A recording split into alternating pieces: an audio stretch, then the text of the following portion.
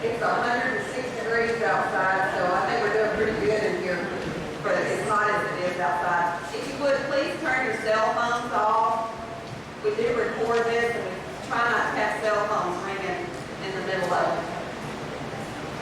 I also want to remind you that the museum will be open tonight for about 30 minutes after we finish drawing for our door prize. So if you would like to go see the progress, and we have made some progress since last month, especially with our plantation and Civil War era exhibits, be sure and go over there and check that out real quick, especially the ones that have never been to the museum. For sure go over there because it's really something to see. We've got some projects in the works, and I hope we can have some volunteers, and I hope we can have some participants. But November 6th and 7th, we're doing a remembrance of the Depression era. And when Patty Odom told me about this, and Chris Broussard, I tried to figure out a way for us to raise money by doing it the old way, like they used to during the Depression. And what came to mind was the dance marathons that they used to have. And so we will be having a dance marathon at the Civic Center. And they have forced me to have age group divisions. So we may even do a rocking chair division. I don't know. And I'm in for that. But it won't be quite 24 hours, but there's another event taking place Saturday night, so we have to cut it off a little short. But we're going to have it where age groups from 13 to 110 can come and dance, and you have a chance to win $1,000. So we hope that all of you will participate and at least dance for a little while. And we're hoping that a lot of the renovation will be finished at the Civic Center before this, because they're getting ready to install some big screen monitors. And if they do that, we're going to play a 1930s movie that I found that has a lot of the old footage of the old marathons that they used to do. And I don't think we're going to be as brutal and as harsh on y'all as they are at least, because these people, they're just dragging them around. They just fall over and they drag them off and kick them off to the side. But I think those used to last for months at a time, so we're not going to do that. I also want to remind you that our next speaker coming up, I know you don't want to miss this one, and is he not even here? He's not even here. I can't talk about it when he's here. But Carlton Prosgrove will be our next speaker, and you'll be getting your card in the mail, and he's going to be telling tales out of school. So, and I'm going to do a special raffle that night that Carlton doesn't know about. We're going to be raffling off dinner with Carlton, and Carlton's got to pay for it. We may have to help him out, but we're going to be raffling off like a lunch or a dinner with Carlton, and that's always a treat to go eat with Carlton and hear some fine jokes. But anyway, that just want to remind you of all the things. Cell phone, I told you that. Go to the museum.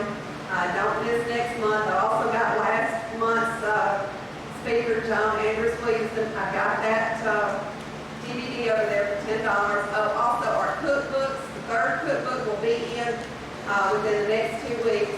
So you want to be sure to get one of those. I looked at it when the crew came in. It's going to be our best one yet. And it's make great Christmas gifts, so you'll be able to buy early this year. And now Thad's going to push me off the stage. Well, thank you, Chad. You did another good job, and obviously there's not much more to say. Except there's one thing lately I think is really, the museum is really coming around very well. And one of the things I've been very pleased about is that people are going back and looking through the things that they have in their families and bringing them some of them so that they know that they'll be preserved for a long time. I think we're getting confidence from people. So if you have things that you think the public would like to see that came from the Minden Metro Parish area, well, see if we would like to display them in the museum. Of course, Shelley didn't ask about money, but we always want to have more money. That's always, we have to keep operating. That's very important. So if any of y'all would like to make a large contribution, a small contribution, well, give it to Shelley real fast. But thank you again for coming this evening. Philip McKinnon, one of our local comedians, is going to introduce our speaker this evening.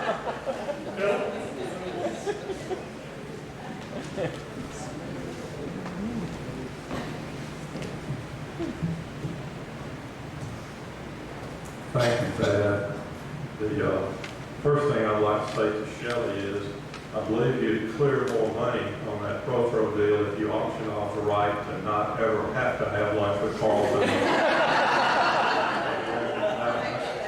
I personally would be willing to bid pretty high numbers, on that.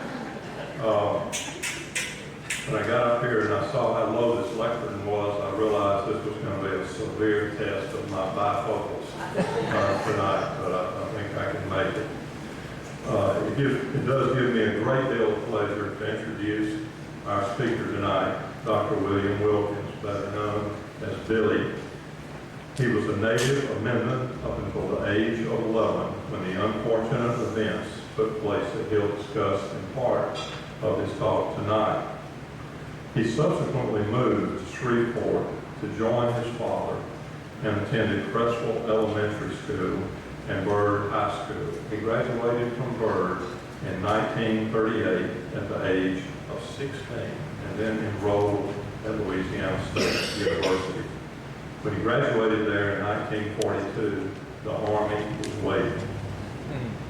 Like all young men at the old war school, he was a member of ROTC and therefore went into the Army in World War II as a second lieutenant.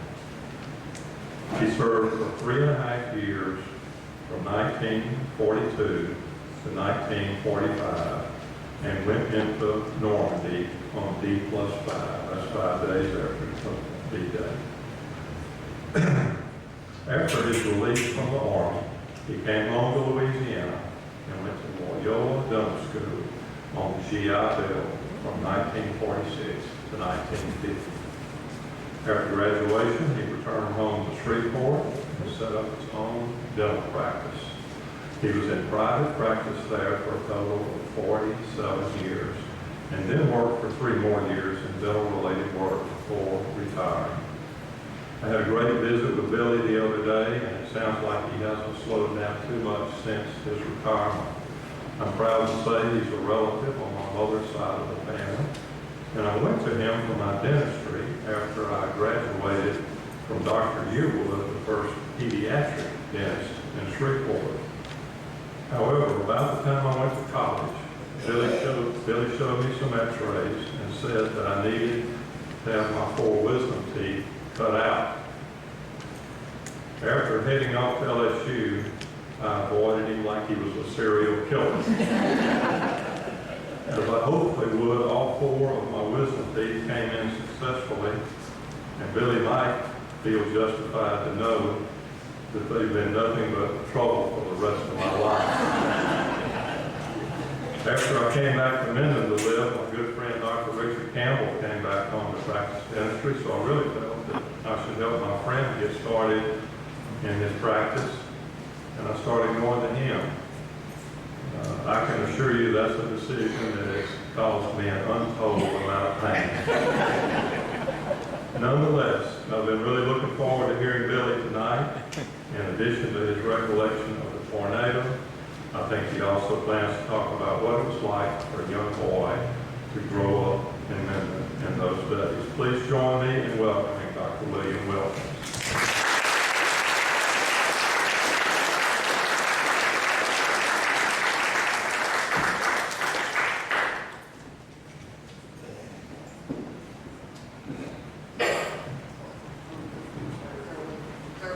I know a lot of you are wondering what I have this hat on for. I'm going to talk about this hat later. I'm sure that most of you know what these hats are, but I wanted to tell you about it because it was the end of a great period in my life. I'm a real person who gets very emotional, and I get choked up a lot of times when I talk about what happened to me as a youngster and in the service. You'll have to excuse me.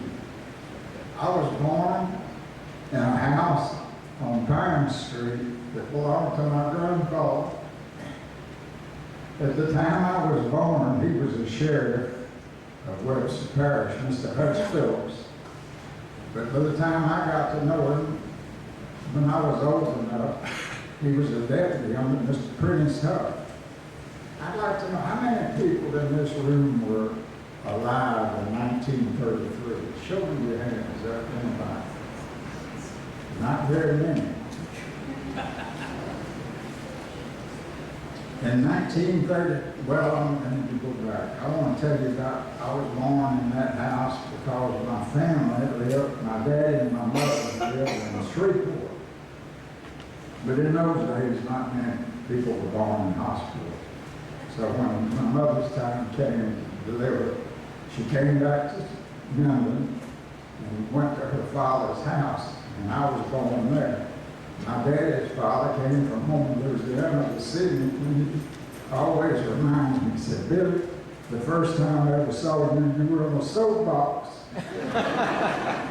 He would never let me forget that. I was his first grandchild, and he would have thought the world ended when I was born.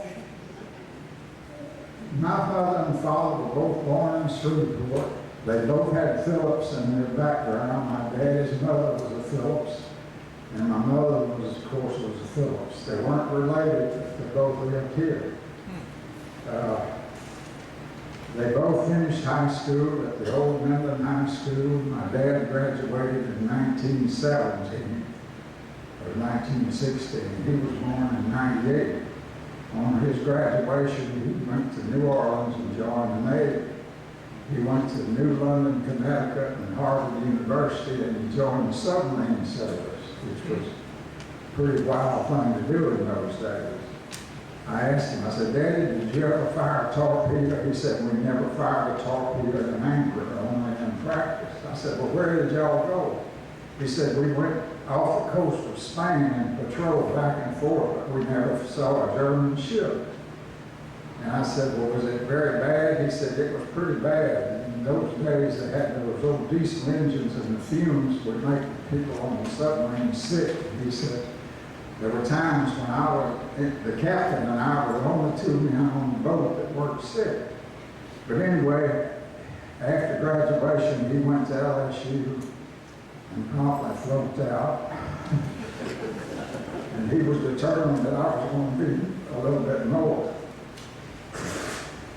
My mother graduated in 1900. No, that's not right. She graduated in about 1918 and went to Louisiana Normal College, which is now Northwestern University in Nagger. She and two of her sisters were teachers. She got her teacher's certificate, and her first job was in Dorcheat, Louisiana. And she taught there until my parents were married, and then my dad had gotten out of the service in 1918 and went to Shreveport and got a job at the First National Bank in Shreveport. He worked at that job until 1943 when he resigned and had an operation so he could go back in the service. He didn't like the man he was working under, and that was the only way he thought he could get away from him. In 1927, my parents got a divorce. And in those days, there were very few couples that were divorced. And we immediately moved back to Minden to live with my grandfather. I was very embarrassed, especially if somebody asked me, well, where's your daddy? I said, well, he's in Shreveport. What's he doing in Shreveport? Well, my parents are divorced. Anyway, it was hard. I always enjoyed living in Minden because it was a small town and we knew nearly everybody we thought. And you know, in those days, us kids, not many of them had bicycles, but we all had roller skates. And we used to skate all over this town. At that time, I think there were about 5,000 people in Minden. And we thought we knew everybody. After my parents divorced and we moved back to Minden, my mother got a job teaching the 6th grade at the elementary school over there. I forget the name of that school, the Hill Union School, I believe. Anyway, when I was growing up, we could hardly wait for summer to come. We'd always take our shoes off and go barefooted, and I'm going to tell you something. By the time the summer was over, my feet were so tough I could mash out a lighted cigarette without my I thought that was a real accomplishment. Mr. Andrews family owned the Andrews Motor Company. And Dad and Harry Andrews were the two principals that I knew. I knew the names of an awful lot of people in Shreveport. My contemporaries, some of them you may have heard of. David Snell, whose father was the superintendent of the Minden Cotton Oil and Seed Company. Edward Davis. Now, a lot of these people, I don't know what their parents did. Edward Davis. And, well, I guess I don't have to get my notes out. I don't like to use notes, but sometimes you have to use them. Fred Elgin. Fred's family lived on the back street down here, just below the courthouse, and they had a little grocery store. Fred later on became a city councilman, I think, in Shreveport. In Minden. I was on Lake Vistano fishing one day some years ago, and I pulled up to Jimmy Noble's place at Knowles Landing, and there was a man sitting there with his feet hanging off the wharf, and I got up close, and lo and behold, it was Fred Elgin. I hadn't seen him in many years. Another one, my contemporaries, was Joe Parker. His father owned the Buick Company here in Minden. Joe was to graduate the same year I did, but his father took him out of school for a year to help at the business. So he was a year behind me, and when I knew him in Shreveport, he used to keep me informed what was going on over here. He was my only source. And as Philip told you, I didn't have any relatives over here except Jamie Clare Burks. And I had some on my daddy's side. I had Ms. Eva Morrell lived up on Elm Street. Let me see where I go from here. When I was a kid, we roamed all over this town. And you know, in those days, there was no radio. We didn't have a radio. We didn't have any air conditioning. So we stayed outside all day long. And us kids made do with what we had. We made things for ourselves. We played games and we roamed woods, and me and my friends would go back in the pine woods behind our house on South Broadway, and we'd be a lean-tos. We'd place a couple of limbs up against the tree, and then you'd put some cross limbs and you cover it with pine straw. Those were the things that we did, and we really enjoyed. In the summertime, of course, they had the swimming pool. One summer, about 1931 or 2, I think that something happened and they didn't open the swimming pool. It was closed that summer, so we used to go down to the Dorcheat Bayou, and below the bridge, the water was shallow, and we called it the rapids. It was about knee deep. You could go out there and sit down and enjoy the water. That was long before the gravel company dug out all the gravel down there and ruined it. And in those days, right under the old Highway 80 bridge, there was, when the water was clear, you could see the remains of this boat. It looked to be about as from here to that wall, maybe as long as this room. In those days, during, before or right after the Civil War, boats used to come up Loggy Bayou and Dorcheat, and they hauled cotton. And my daddy's grandfather was the superintendent of the warehouse down there, and out at Germantown Colony, I went out there some years ago, and there was a big board about 8 feet long and 4 feet high, and it had a consignment written on it to one of my grandfathers, Mr. Wilkins. My dad had 2 sisters and 2 brothers, and they all left here and went other places. One moved to Arcadia, one moved to Shreveport. I have to correct my thoughts again on just a minute. Talking about roaming all over this town. Those skates we used to use were Winchesters, and the other day I saw a pair of old skates at a flea market, and I got to talking to the man. I said, "Are these Winchesters?" He said, "I don't know." But anyway, Winchester skates, you could buy parts from them. We'd wear them out. Wheels would wear down, and you'd have to get new wheels from them. You'd have to get new clamps, you know, the clamp to your shoes. But anyway, we had wonderful times. And on Saturdays, the town was covered with horses hitched to wagons. You know, the reason there's so many small towns within a few miles of each other, up and down the roads, is that in those days, before automobiles, the farmers would drive their teams to town and get to the groceries and supplies and then get back home. So these little towns sprung up all over, you know, between here and Arcadia, there's several of them. And between here and Homer, they've all disappeared almost completely now. Minden had a football team, and I'm sure they had a baseball and volleyball team, but I can't remember for the life of me ever going to see a baseball or basketball game, but we did go to the football game. And one of the football players that I knew was a Dr. Tom Glass. His father married my aunt, who was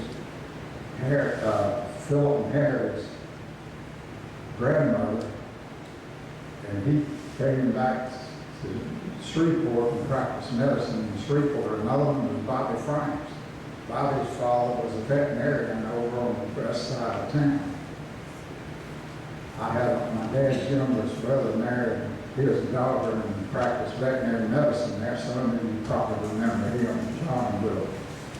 Dr. Milton Cameron bought his practice and runs it now out on the home road. Another thing that my grandfather did was fox hunt. Now, fox hunting is a very dull sport. If you've ever been fox hunting, you know what I mean. He asked me one time if I wanted to go with him. I said, yeah, I'd like to go. So we got in the car after dark and went out on some country road. Somebody had the dogs that turned them loose, and the dogs started barking. And you know, they recognized every dog by the sound. They said, that's old Nell, that's old George, that's old somebody else. And then when the dogs would strike a trail of a fox and start out and say, oh, they got a fox on the run.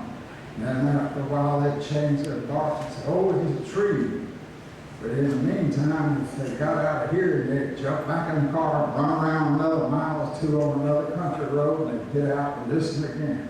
But anyway, that was very dull. They had a pen on the Homer Road about where that medical clinic is, right across the street. It used to be, well, there's a grocery store there. And of course, in those days, there was nothing on the Homer Road. I don't even remember any houses out there. After Dr. Banks' house on the corner up there. And I wanted to tell you another person that was a friend of mine, and then was Dr. Billy Sutton. Billy, you know, was married to Dr. Banks' daughter. And Dr. Banks, they were having some difficulties, and Dr. Banks went over to Billy's house one day with his pistol in his pocket. He got up on the porch, and man, Billy pushed him. Dr. Banks pulled out his gun and shot Billy. They had a grand jury with him, but he was no Bill. I never could understand how you could go to somebody else's house and kill him with a pistol and not be accused of a crime. One of the big events that happened in Minden was when the picture show burned up. And I can't remember what year it was, but it was about 1930 or 31. I think the name of it was the Scout Wood, right in the middle of the block. Drugstore on the corner had a counter in the corner, and Mr. Luke Garland had a little jewelry counter there. He was our city jeweler. We used to go in and buy frozen Milky Way or Baby Ruth for a nickel. Things weren't very expensive in those days. Now this was the beginning of the Depression in 1929. You know, I think it was November or October when the stock market had this big fall, and it was the beginning of the Great Depression. Now, if you think this recession we have now is bad, you haven't seen nothing. In those days, there was 38% unemployed. Now that meant that nearly 4 out of every 10 men didn't have a job. And when we lived down on South Main Street, we used to have the hobos come through there. My grandmother would always feed them. She never turned them away. I wanted to tell you about, we didn't really realize how bad things were. We knew we didn't have a lot of things, but we never went hungry. We always had clothes. And we went, had a dime on Saturday to go to the picture show. And we used to go to the filling station and fill up the car for about $1 and go to Shreveport and come back. That's kind of hard to believe, but that's the way it was. I remember when they paved the road from Shreveport to Minden and from Minden to Arcadia, the company that did the paving had big trucks and they had chain drives like bicycles had. They didn't have a drive shaft, they had a wheel with a chain around it that went back to a sprocket on the wheels and turned the wheel. And they piled all their sand and gravel down at the bottom of the hill where the depot was. And us kids used to climb those mounds that had more fun rolling and falling down. Another sport we did was walking the rails. We used to go up north of town and walk the rails back down, and we'd walk so far and then without falling off. Then you try to jump over on the other rail without falling off. Those were the kind of things that we did. There was a man that lived across the street from us named Mr. Nickerson. And Mr. Nickerson was an agent of the railroad, and he operated the telegraph.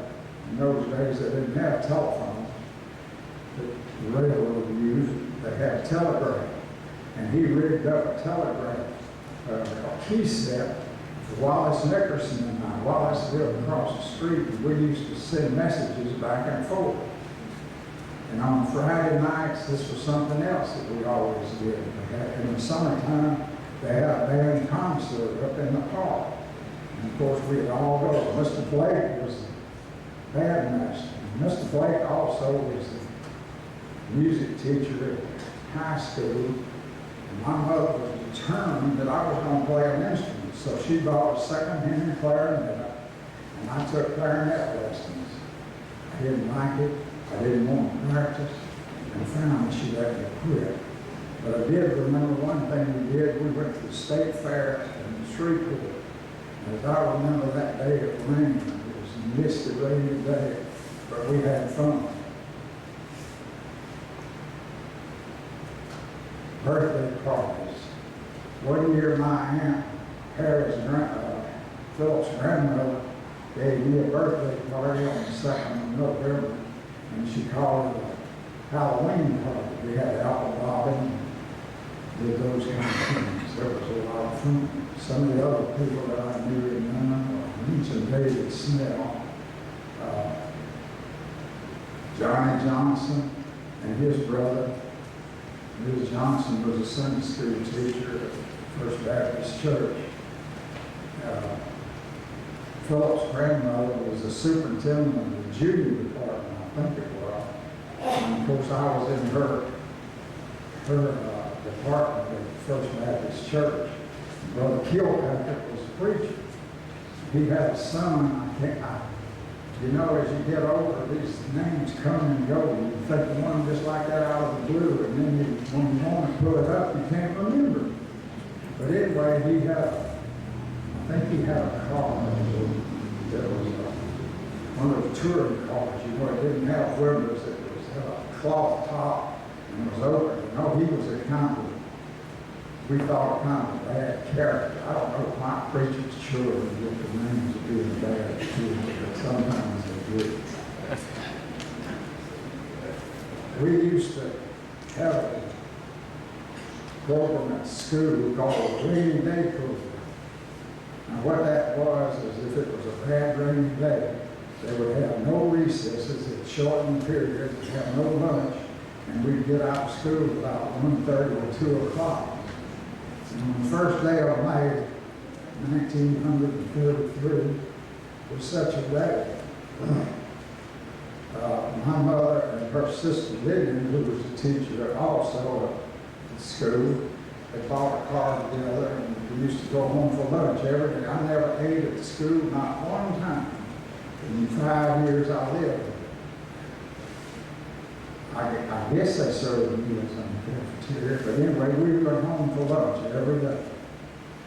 And on this particular day, we went home, and for some reason I was on the back porch. My mother was in the kitchen, and my Aunt Lillian was upstairs.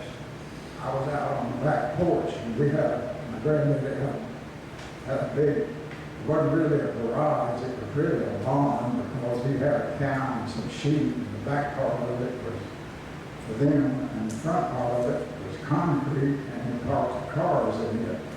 But it had a tin roof. So while I was out there on the back porch, it started raining, and hail started coming, and I called my mother. I said, "Mama, come out here and see the hail." Well, she did, but then prior to that, we heard this terrible roaring sound. And if you've ever been around a tornado, I heard people talk about it, and it sounded like 100 motorcycles running. And over across the valley, across the railroad track, on the hill over that road, we used to call it 36 down below us. Anybody remember the name 36? But anyway, we looked over there, and my mother saw this foam cloud, and it had tin and branches, trees, and things going around and around. And she immediately knew it was a tornado. So she said, "Billy, that's a tornado. We'll call Lillian." So we called Lillian, and she came downstairs. And this big 2-story house, and my grandfather's had a basement. But we didn't even think about the basement. We went out in the backyard and lay down on the ground. And the tornado passed over. It was terrible. We couldn't breathe. The dirt get in your nostrils, and it was hard to get your breath. But when it passed over, we got up. And my Aunt Lillian didn't have a scratch. I had some cuts. I had a cut in my head, and one in my behind, and one in my leg. But my mother was obviously distressed, and we had to help her get up. We walked around to the front of the house, and we had to climb over piles of lumber to get there. And by the time we got to the front of the house, there were already 2 or 3 people in there. There was a young man lying on the couch, and I think he might have been dead while he was there. And we stayed there in the living room for a little bit. And a couple of football players, I think Grady Coffey's brother Harry was one of them. There were 3 of those Coffey boys, Grady, Harry, and Pat. Pat was a dentist. He played football at LSU. And anyway, Harry and another friend, I don't remember who he was, they decided they better take me to the hospital. So they doubled up and carried me all the way up to the hospital. And I left my mother and my Aunt Lillian behind. Now, when I got to the hospital, I was seen by a young doctor in town who hadn't been here very long. He later married Sally Hutton. What's that doctor's name? Centel. That's what I say about these names. You can't pull them out when you want to. But anyway, Dr. Centel sewed me up. And I stayed there for a day or 2, and then I went up to Philip's grandmother's house and got in the bed there. My dad arrived that same evening, and he said that the cars were lined up from Shreveport all the way to Minden, and he said he pulled out a line and told one of the officers, he said, "My son is in that tornado." And he told him, said, "Well, you go ahead." So he came up here. I stayed in my aunt's house for a few days, and on the 4th of May, she came up and told me, she said, "Billy, your mother is gone." And she said, "You want to see her?" And I had never seen a dead person in my life. And I said, "No, I don't want to see her." I often wonder what would I have done if I had, but anyway, I didn't. stayed at her house until I was able to leave, and I went back to Shreveport to live with my father, and he had a new wife who was a young lady, and she wasn't about 12 years older than me, but she was a wonderful stepmother. She treated me just like I was her own. We had some awful good times together. Now, that is the main thing that I intended to talk about, but I want to talk about some other things that happened after that. As Philip told you, I went back to Shreveport, finished grade school at Crestwell, went to Byrd High School for 4 years, then went to LSU. My dad was determined he was going to make something of me. He said, son, I want you to go to LSU, but you can study law or medicine. You get in your choice. Well, I didn't want to be a lawyer. I think I probably regret that. So I said, well, I'll take medicine. So I signed up for all pre-med. Let me back up a little bit. While I was at Byrd High School, I started the junior ROTC program. That was in 1934. You had to be, I think you had to be 14 years old to get in the program. And I hung in on the sergeant's desk for so many days. He called me over and he said, son, how old are you? And I told him, I said, I'm 13. He said, well, you're supposed to be a year older. I said, I'm going to let you get in anyway. So I was in junior ROTC at Byrd for 3 years. And when I went to LSU, I was in it for 4 years. You know, LSU was called the Old War School. And LSU furnished more officers for the armed forces in America than any schools except the 2 military academies at Texas A&M University. We knew we were going to have to go to war, so my going to medical school was out. I didn't even think about going to medical school. Of course, I was in the room and get married, and which I subsequently did in August of that year. I went into service as a second lieutenant on June 10th, 1942. And my first paycheck was $123. Big salary. After we were in for about a month, they raised the pay scale. I think when I got out as the first lieutenant in 1945, I was making about $330. We got a little extra money for being overseas. They called it combat pay. Now, when I went in the Army, I went to Camp Wheeler, Georgia, to a replacement training center. We took the inductees and kept them for 13 weeks and made soldiers out of them. After I'd been there for a while, I went to Fort Benning, Georgia to take a refresher course called the Rifle and Heavy Weapons course, which really taught you how to be an infantry officer. My MOS, military occupation specialty, was Rifle Company Commander. And after I got back to Camp Wheeler, from that tour in Fort Benning, division was being formed in Camp Minden, Florida. So the battalion commander says, Lieutenant Wilkins, you and these other officers, about 4 or 5 of us in the battalion, says, I think that's a good opportunity for you all. So we did. We transferred from there to Camp Minden in the 63rd Infantry Division. And I was made company commander of G Company, the 255th Infantry. Well, we stayed there for the summer. Oh, hot. Camp Minden was really hot. And the sand would get in your clothes, and it would just eat you up. But anyway, in about October, November, we were transferred from there to Camp Minden, Mississippi. Camp Minden, Mississippi was an operation camp. They called it a theater of operation. The boards were put together, they had cracks between the boards, and you could look out and see the ground. Next fall, I was selected to go overseas as a replacement officer. And I went to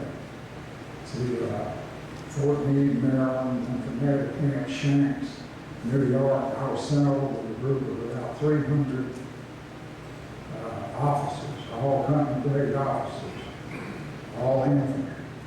And when we got to England, we were was called out in the middle of the night. And I went before this officer and he says, Lieutenant, what do you think about Army discipline? I said, well, of course, an Army can operate without discipline. He said, well, go ahead and go back to your bed. And said, in the morning, pack up your gear and be ready to do that. So the next morning, we boarded the train, about 40 of us, and we were sent from Glasgow, Scotland, to Bristol, England. Bristol, England was the headquarters of the 1st United States Army. You know, General Campbell B. Hodges, who was born over here in Caddo Parish and raised there, he and his brother on the plantation down there. He was a commanding general. So we were assigned to the military police.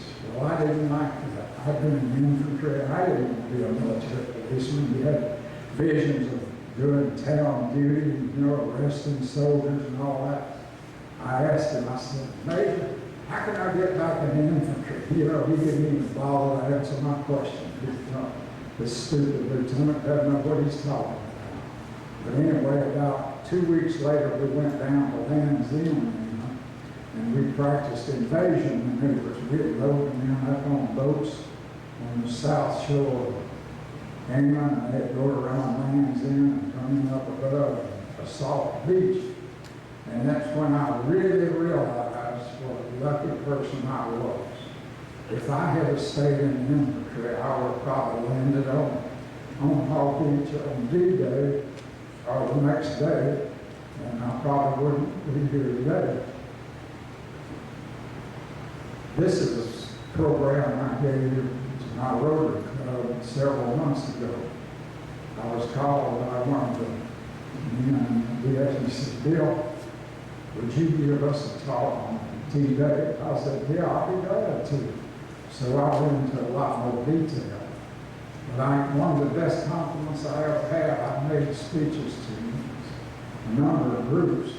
And ordinarily, when you have a program at a Rotary Club, invariably there'd be people get up and leave before it's over.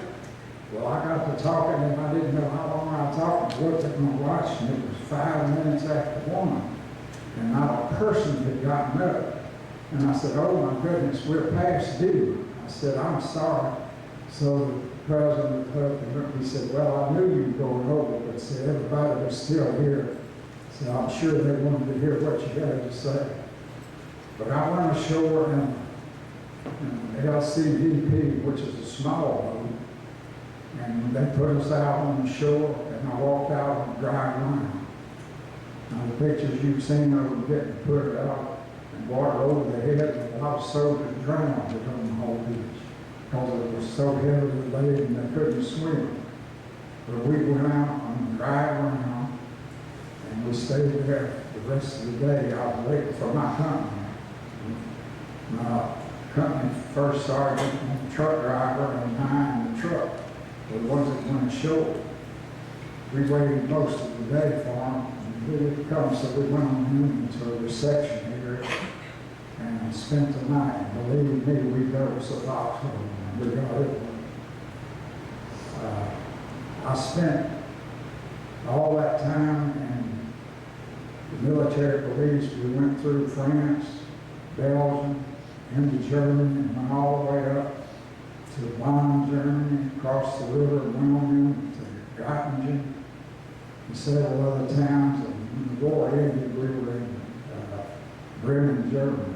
When my battalion was due to come back to the States, we were going to re-equip and get ready to go to Japan. But I was on the pass to the Riviera, France. I got real lucky when the war with the Germans was over. I got 3 passes, one to Paris, one to Brussels, and one to the French Riviera. But while I was at the Riviera, it was when they dropped the 2 atomic bombs. And I want to tell you, there's been a lot of criticism of Harry Truman for dropping the atomic bomb, but he made the right decision. There was no doubt about it. Amen. If we had had to assault Japan, we'd probably have been a million people. And that's probably a conservative estimate, because they weren't going to surrender. They were going to fight to the last man. And if you talk to anybody that fought in those islands in the Pacific, you know what I'm saying. But anyway, I came back to the States. I was a high point man. I had enough points to come back early. I got home in September.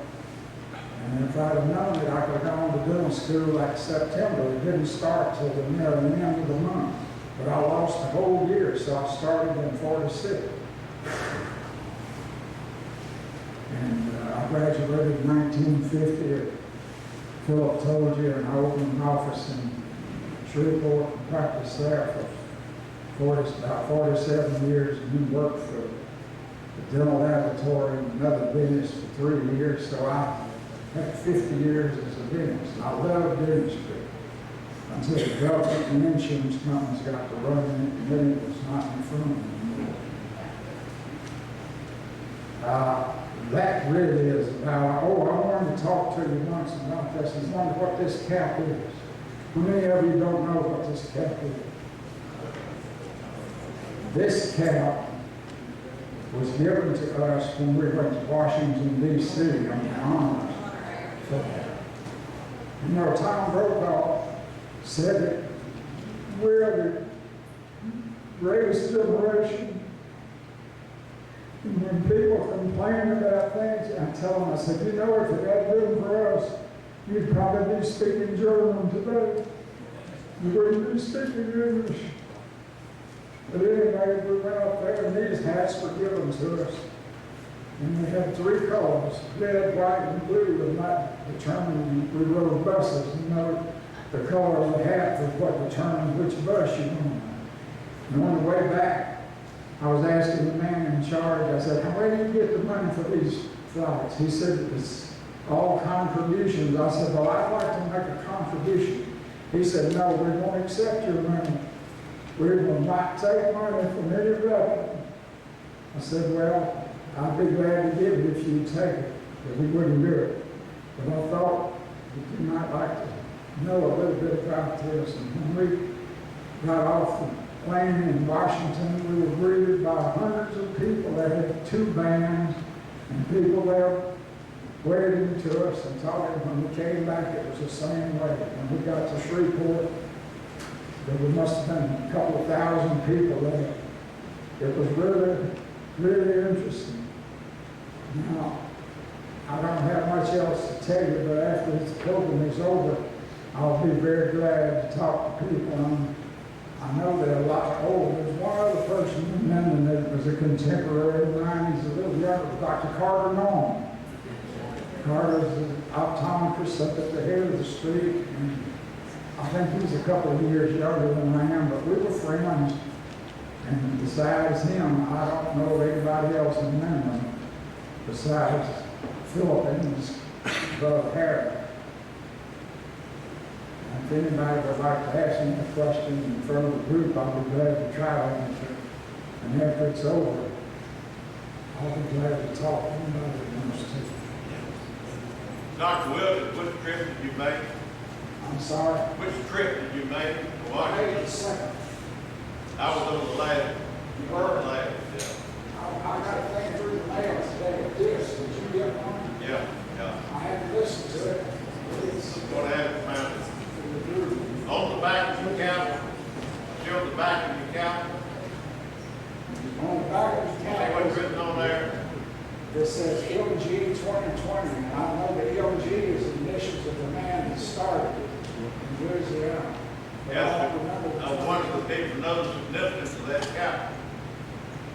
The gentleman that purchased those caps, his son was killed on that day, and he provided all the caps for all the veterans. The red, white, and the blue cap. This program started in North Carolina, and they heard about it in Louisiana and picked it up here. And when we got to Washington, we saw other groups. We saw some veterans from Pennsylvania, some from New York. But I'm going to tell you, this was the best organized trip I've ever been on. It went off just like clockwork. And the way they handled it was just magnificent. And I had been to Washington a couple of times, and they took us to World War II line, which I hadn't seen. But they also took us to the Vietnam and the Korean line, so I'd already seen him.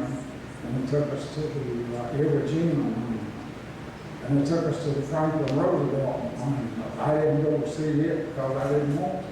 You know, if it hadn't been for Franklin Roosevelt, he probably would not have been in the war. They had broken the Japanese code, and he knew that they were on their way to bomb Pearl Harbor. But he didn't say a word about it. And he knew that was the only way we ever did in the war was to be attacked. And of course, Churchill and Stalin had been trying to get us involved, but they haven't so far. Anybody else want to know? Dr. Wilkinson, I want to just thank you and all the veterans here for what you've done to serve the country. Thank you.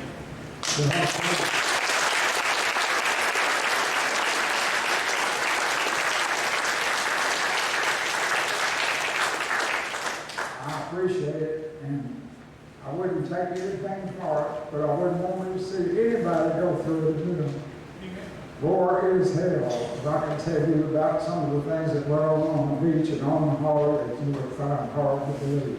But we came about that close to not making that successful. The Germans almost pushed us back, and if they had, I don't know what we had done. You know, a lot of people don't like the English. But I want to tell you, I admire those Englishmen. If it wasn't for them, we wouldn't have had a base to start from. And we had so much material on that island, and they had barrage balloons. We used to joke to say those barrage balloons were keeping the island from sinking. But I have a good friend who was in the Air Force, and he was in a B-24 bomber group in England. And he had a friend who was a gunner on one of the planes. He was a staff sergeant. And he said that morning, when they went out to load up the plane, he said, "We think it's coming." And then when they got back, he said it was started. They made 2 trips that day to Guam. Ordinarily, they only made 1 trip a day to bombers. But they made 2 trips that day. And you know, another thing, you might have seen pictures of planes, all the Allied planes had black and white stripes around the wings and around the fuselage. And that was quick identification. And we were parked out on the water about a mile and a half offshore. The boats were all scattered out 300 or 400 yards apart. This one airplane came over and he had stripes on it. And I'm telling you, every boat that was in range shot at that poor man. I don't know why. And he went across the fleet and found it was kind of cloudy, and he went up in the clouds and disappeared. At Omaha Beach, which was the worst of all the landings, they had a bluff, and on top of that bluff, you've seen pictures of the cemetery, the St. Laurel. And that cemetery was an air landing strip. And the C-47s would land there and take the wounded and fly them back to England. And planes that were in distress could land. And I saw several distressed planes landing. One had only one wheel, and another one had one engine. But anyway, they fired lots of rounds. I never saw a German plane shot down the whole time of the war. I saw a lot of them that had been shot down, but I never saw them shot down. Anybody else? Well, I want to tell you, I've enjoyed this talk, and I had it all written out, but very seldom do I ever thought what I have written out. I just talk off the top of my head.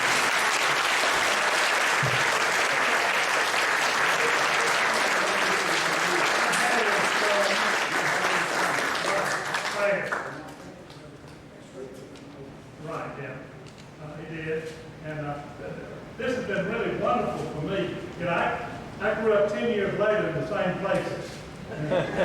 Really, I had. Was it the same? What? Was it the same? It was very much the same. Minden was There was still. one thing I wanted to tell you. There was a family that lived out on the Sydney Road. Now, Gene Austin, how many of you have heard of Gene Austin? I bet there's not a dozen people in here. Gene Austin was a friend of my father. My big picture here was please. You live right across the street. Gene Austin was a friend of my father's when they were growing up. And when he went to California and got into the recording business, His records sold more than anybody in the history of America up until probably after World War II. It was just phenomenal, the number of records that he sold. And his mother lived out on Sibley Road, and he had a younger sister who was just about my age. I can't remember her name. But anyway, I thought that was such a reminder to the museum. I told him. Irene.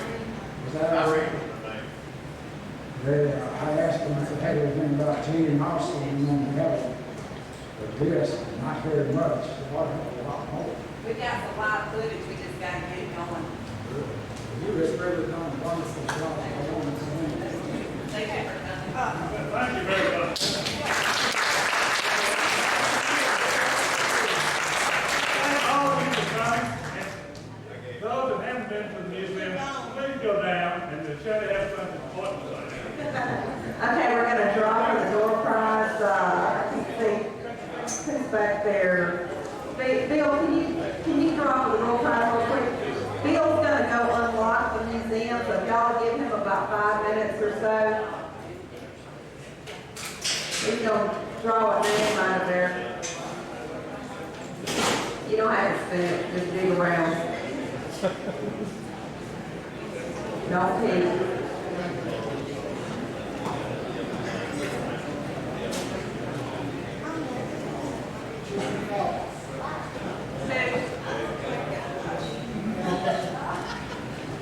Bill, you'll hand her that. I also want to remind you too, our refreshments, if you do come next month, you're more than welcome to bring something. We kind of started doing that instead of us furnishing stuff, and it's worked out real well. So if you do come back next month, try to bring an hors d'oeuvre or refreshment or chips, dip, whatever. What else was I going to say? Oh, my board members, if they could please help pick up some of the chairs and stuff, and we have to rearrange the front too, back like it was since Chris is having her art deal in the morning. But I want to thank all of you for coming. Thank you.